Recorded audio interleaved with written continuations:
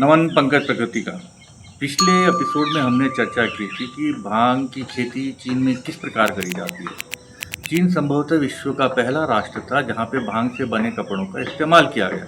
प्राचीन चीन में भांग की मजबूती के कारण लगभग सारे कपड़े भांग के रेशे से ही बनाए जाते थे। चीन में कई पुरातात्विक स्थलों से प्राप्त साक्ष्यों से पता चलता है यहाँ पर जब तक कपास की खेती के बारे में ज्ञान नहीं हुआ था तब तक लगभग सारे कपड़े भांग के रेशे से ही बनाए जाते थे। उदाहरण के रूप में झाऊ राजवंश जो 1946 से 771 ईसा पूर्वी का था, उसमें एक अधिकारी की टोपी भांग के रेशे से बनी हुई मिली है। चीन के गुनशु प्रांत में हूण राजवंश के अवशेषों की खुदाई में भी भांग से बने कपड़ों के बारे में पता चलता है। दुख मनाते वक्त, मृत्यु के समय भांग से बने कपड़ों का प्रयोग किया जाता था। इसके अलावा थैले, जूते आदि दैनिक उपयोग की वस्तुओं के निर्माण में भी इसका प्रयोग होता था। भांग से बने कागज का भी सर्वप्रथम उपयोग चीन में हुआ था, उसके बारे में हम विस्तार से आगे देखेंगे। तो इसका प्रथम उल्लेख हाओ हन शू नामक किताब में मिलता है, जिसमें कहा गया है शिन लू जो कि 7 सदी से 121वीं सदी तक था, उसने कागज का आविष्कार किया था। 1957 में शांसी प्रांत के पुरातत्व विभाग की खुदाई के दौरान 10 इंटू 10 मीटर के कागज का टुकड़ा प्राप्त हुआ है, जो ईसा से 100 वर्ष पूर्व हान राजवंश के प्रतीत होते हैं, जो ये दर्शाता है संभवतः सिनलुन से 200 वर्ष पूर्व से ही चीन में कागज का प्रयोग होता रहा होगा। दवाई के रूप में भी भांग का प्रयोग होता रहा है।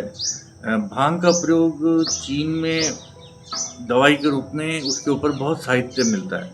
चीन में सबसे पुरानी अवधि की पुस्तक शेन नोंग बेन काओ जिंग, जो क्विन और हूण राजवंशों के समय संपादित करी गई थी, के अनुसार भांग के नर पौधों के फूल, जिसे माफेन कहा जाता है, उसका प्रयोग कमजोरी दूर करने के लिए किया जाता था।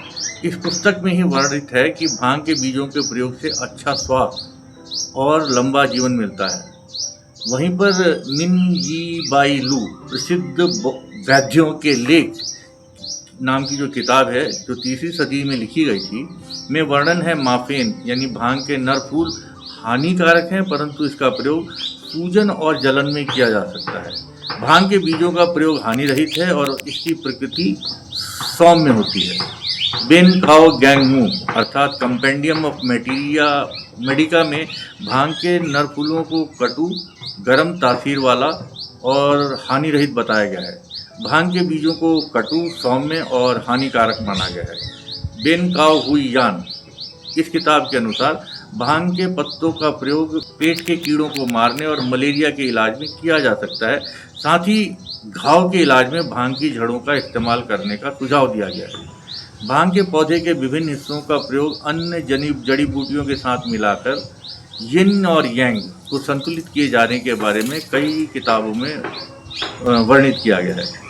इस प्रकार हम पाते हैं कि चीनी ज्ञानधारा में भांग के उन्नत प्रयोग का वर्णन है, जहां इससे कपड़े और कागज बनाए जाते थे। हालांकि भांग का नशे के रूप में अधिक प्रयोग चीन में नहीं होता था। अब आते हैं हम कागज के आविष्कार की कहानी पे। चीनी दंत कथाओं के अनुसार राजा के दरबार में नौकरी करने वाले एक निम्न पदाधिकारी सी लुन ने कागज का आविष्कार किया था। कागज के आविष्कार से पूर्व लकड़ी के तख्तों, बांस की छाल, मिट्टी के प्लेटों पर लिखकर ज्ञान का प्रसार होता था, पर यह सब बहुत कठिन कार्य होता था। यह भारी और बड़े होते थे, इन पे लिखना कठिन कार्य होता था और आज की एक छोटी सी किताब एक बड़े बक्से में आती थी। इन्हें एक स्थान से दूसरे स्थान पर ले जाने के लिए बैलगाड़ी का इस्तेमाल करना पड़ता था। इस भारी बोझ से बचने के लिए शुरू में रेशम के कपड़े पर कूची से लिखा जाने लगा, पर रेशम बहुत महंगा था। सीलुन के पास एक बेहतरीन विचार था। वो रेशे का इस्तेमाल करते हुए कुछ ऐसी चीज़ बनाना चाहता था जो मजबूत हो, हल्की हो और लिखने के काम आ सके। एक एक रेशे को एक दूसरे के किनारे रखकर इन्हें जोड़ना लगभग असंभव कार्य था, तथा इन्हें किसी दूसरी तरह से जोड़ने की जरूरत थी, जिससे यह रेशे जाली की तरह एक दूसरे में उलझकर स्थिर हो सकें और अलग न हो। यह कार्य सी लुन ने किस प्रकार किया, यह तो जानना कठिन है, पर संभवतः बहुत सारे परीक्षण किए होंगे और उनमें से जो विधि सफल हुई उसमें उसने भांग के रेशे और शहतूत की छाल को कूटकर लुगदी बनाकर पानी की टंकी में डुबोया था। यह रेशे आपस में उलझकर एक मोटे कागज के रूप में पानी के ऊपर तैरने लगे। इसको एक सांचे में डालकर सुखाया गया। इस प्रकार पहले कागज का आविष्कार हुआ जिस पर लिखा जा सकता था। यह तो निश्चित है शी लुन अपने इस आविष्कार से निश्चित रूप से बहुत ही उत्साहित हुआ होगा। वो अपने आविष्कार को लेकर राज दरबार में गया, जहाँ पर उसे अपेक्षा थी कि उसके आविष्कार को बहुत सराहा जाएगा। पर राज दरबार में उसका उपहास उड़ाया गया और किसी ने उसके आविष्कार को महत्व नहीं दिया। शी लुन को अपने आविष्कार को मान्यता दिलाने के लिए एक स्वांग रचना पड़ा। उसने अपने दोस्तों के साथ मिलकर यह अफवाह उड़वा दी कि इस कागज की मदद से वो मरे हुए व्यक्ति को जिंदा कर सकता है। अपने कुछ दोस्तों के साथ मिलकर शी लुन ने अपनी ही मृत्यु का षड्यंत्र रचा और जिंदा ही ताबूत के अंदर लेट गया। ताबूत में सरकंडे के माध्यम से इस प्रकार व्यवस्था करी गई कि वो सांस ले सके। बाहर उसके दोस्त और रिश्तेदार उसकी मृत्यु का दुख मना रहे थे और शी लुन आराम से अपनी ही कब्र में जिंदा लेटा हुआ था। कुछ समय बाद उसके साथियों ने घोषणा कर दी कि शिन लू द्वारा बनाए गए कागज को अगर जलाया जाएगा तो वह दोबारा जिंदा होकर उनके बीच रहना शुरू कर देगा। इस कार्यक्रम का आसपास के क्षेत्र में खूब प्रचार कर दिया गया और सारे आस पड़ोस के गांव वाले एकत्र हो गए और शी लुन का बनाया ढेर सारा कागज जलाया गया। जब दोस्तों को विश्वास हो गया कि काफ़ी स्वांग हो गया तो उन्होंने ताबूत का ढक्कन खोल दिया और शी लुन उठकर बैठ गया। उसने अपने ऊपर और अपने आविष्कार पर जनता के विश्वास के लिए उनको धन्यवाद दिया। शी लुन के पुनर्जीवित होने को वहाँ की जनता ने एक चमत्कार माना और कागज को इसका श्रेय दिया गया। इस जादू का चीन के समाज पर इतना असर पड़ा कि आज भी चीन में लोग मरे हुए लोगों की कब्र पर कागज को जलाते हैं। शी लुन रातों रात प्रसिद्ध हो गया और उसके आविष्कार को यथोचित सम्मान मिला और उसे राजमहल में महत्वपूर्ण स्थान दिया गया। पर यह सम्मान ही उसके लिए समस्या बन गया। राज दरबार में विरोधी गुट इस नए नायक को अपने साथ लेने का प्रयास करने लगे। राजा की दादी और रानी सत्ता पर पकड़ बनाए रखना चाहती थी और शी लुन राज दरबार में रोज के राजनीतिक षड्यंत्रों से त्रस्त हो गया।